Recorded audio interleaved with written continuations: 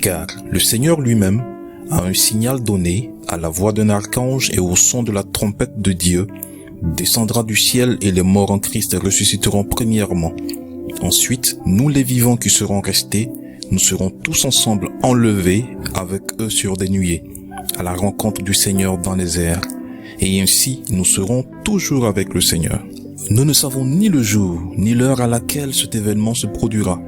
Mais nous savons une chose, cet événement arrivera, et cela est certain. Selon la Bible, ce jour-là, de deux personnes qui seront dans un même lit, l'une sera prise et l'autre laissée. De deux femmes qui mourront ensemble, l'une sera prise et l'autre laissée.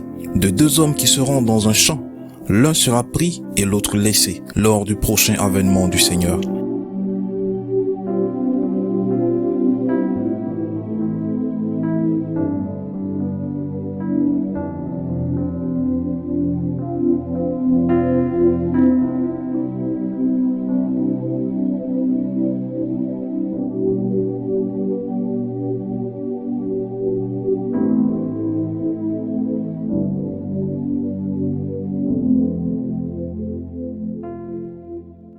Certainement que tu répondras avec spontanéité et certitude que tu seras enlevé. Laisse-moi te dire qu'il y a une très grande différence entre avoir l'assurance de son salut et croire qu'on est sauvé. L'assurance du salut nous est donnée par le Saint-Esprit lui-même. Et cela se manifeste non par des discours vains de la sagesse humaine, mais par des actes nouveaux, des fruits nouveaux, un témoignage nouveau. On devient en quelque sorte une nouvelle créature, et les choses anciennes ayant complètement disparu. Le fruit de l'esprit prend totalement naissance en nous, et notre vieille nature disparaît progressivement en laissant la place à la nature divine. Car nous qui sommes en Christ, nous avons crucifié la chair avec ses passions et ses désirs. Et si donc nous avons crucifié la chair et ses désirs, nous ne pouvons plus réagir ni succomber à leur volonté. Nous n'avons donc qu'un seul souci, faire la volonté du Très-Haut. L'Esprit Saint prend donc le contrôle de notre vie et met en nous les caractères propres à notre Sauveur Jésus. À l'opposé, si après avoir accepté Jésus comme ton Seigneur et Sauveur personnel, tu prends encore plaisir au péché, il est bon que tu saches que tu ne seras pas enlevé. Peut-être que tu seras sauvé lors du jugement dernier, mais tu ne connaîtras pas l'enlèvement de l'Église sainte de Christ, ce premier rendez-vous glorieux que nous attendons tous. Mon frère, ma sœur, sache-le dès à présent et change ta vie. Si tu prends plaisir à la jalousie, tu ne connaîtras pas l'enlèvement.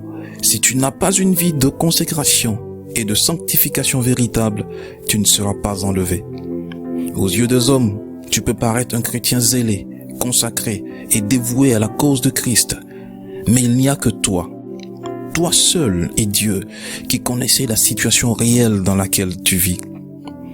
Nulle créature n'est cachée devant lui, mais tout est à nu et à découvert aux yeux de celui à qui nous devons rendre compte.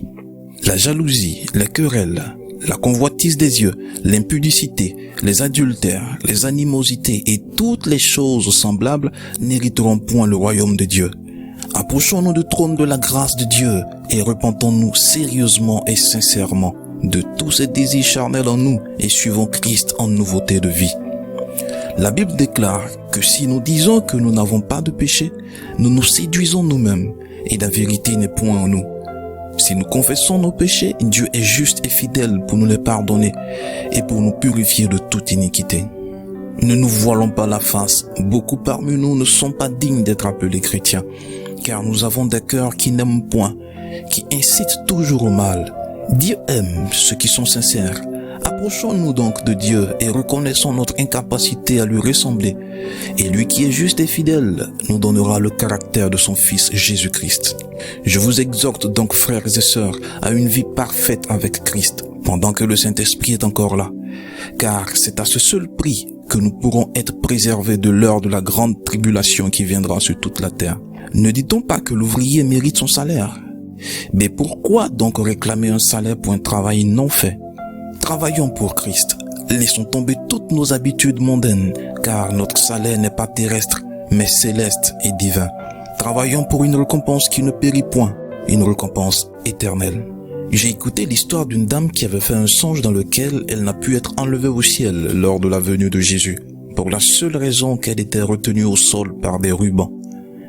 Réveillée et tout angoissée, elle demande l'explication au Seigneur qui lui a dit que les rubans qui la retenaient au sol étaient des rubans qu'elle avait pris frauduleusement dans une boutique.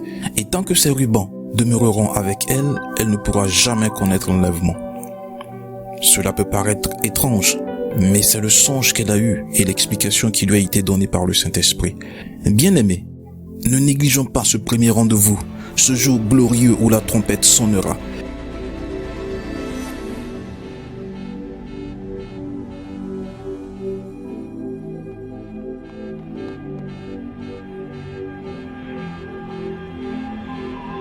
N'agissons pas comme les hommes au temps de Noé, qui vivaient dans le péché et qui n'accordaient aucune importance aux avertissements de Noé, jusqu'à ce que le déluge les détruise tous.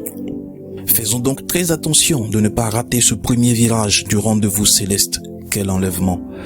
La Bible annonce que notre Seigneur et Sauveur Jésus-Christ reviendra chercher une église sans tache ni ride, des hommes et des femmes, des jeunes, vieillards et enfants, qui ont accepté Jésus et vivent dans une obéissance totale à sa volonté. Es-tu de cette catégorie de personnes? Puisse Dieu, par son Esprit Saint, garder notre flamme allumée pour ne point être surpris. Que Dieu nous bénisse. Amen.